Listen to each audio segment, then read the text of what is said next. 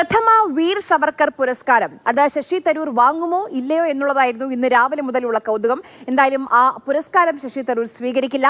തന്റെ അറിവോ സമ്മതമോ ഇല്ലാതെയാണ് ഈ പുരസ്കാരം പ്രഖ്യാപിച്ചതെന്നാണ് തരൂർ പറയുന്നത്. കോൺഗ്രസിൽ നിന്നുള്ള സമ്മർദ്ദം മൂലമാണ് മാറ്റി പറയുന്നതെന്ന് സംഘാടകരായ HRDSന്റെ സ്ഥാപക സെക്രട്ടറി അജി കൃഷ്ണൻ മാതൃഭൂമി ന്യൂസിനോട് പറഞ്ഞു.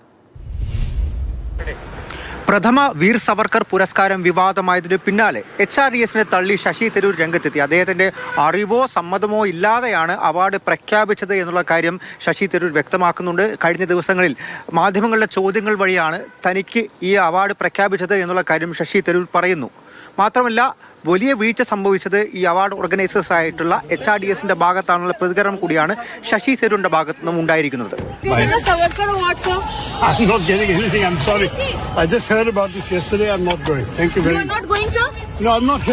എന്നാൽ ഒരു മാസം മുന്നേ തന്നെ ശശി തരൂരിനെ നേരിട്ട് ചെന്ന് കണ്ട് അവാർഡിന്റെ കാര്യം അദ്ദേഹവുമായി സംസാരിക്കുകയും അദ്ദേഹം വരാമെന്നുള്ള സമ്മതം അറിയിച്ചതായും HRDS വ്യക്തമാക്കുന്നുണ്ട്. നമ്മുടെ അവാർഡ് ജൂറി അദ്ദേഹത്തെ തിരഞ്ഞെടുക്കുന്നു. അദ്ദേഹത്തെ മാത്രമല്ല, ഇതിനകത്ത് തിരഞ്ഞെടുത്ത എല്ലാവർക്കും നമ്മൾ കത്ത് കൊടുത്തു. ഇപ്പോൾ കോൺഗ്രസിന്റെ ഭാഗത്തുനിന്ന് വലിയ സമ്മർദ്ദം അത് നേരിടുന്നുണ്ടെന്ന് വിചാരിക്കുന്നു. അവാർഡിന്റെ വാർത്ത പുറത്തു വന്നതിന് പിന്നാലെ വലിയ തോതിൽ കോൺഗ്രസിനകത്ത് അതൃപ്തി ഉണ്ടായിരുന്നു. പല നേതാക്കളും ശശി തരൂരിനെതിരെ പ്രതികരിച്ചുകൊണ്ട് പരസ്യമായി തന്നെ രംഗത്ത് വന്നിരുന്നു. അതിൽ തന്നെ ഏറ്റവും രൂക്ഷ വിമർശനം തന്നെയായിരുന്നു രാജ്മോഹൻ ഉണ്ണിത്താൻ അടക്കമുള്ള നേതാക്കളെ സംബന്ധിച്ചുണ്ടായത്.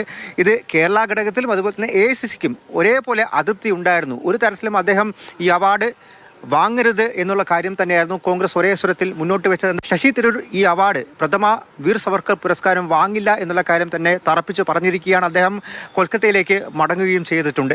ഡൽഹിയിൽ നിന്നും അർജുൻ പീതാംബരൻ, മാതൃഭൂമി ന്യൂസ്.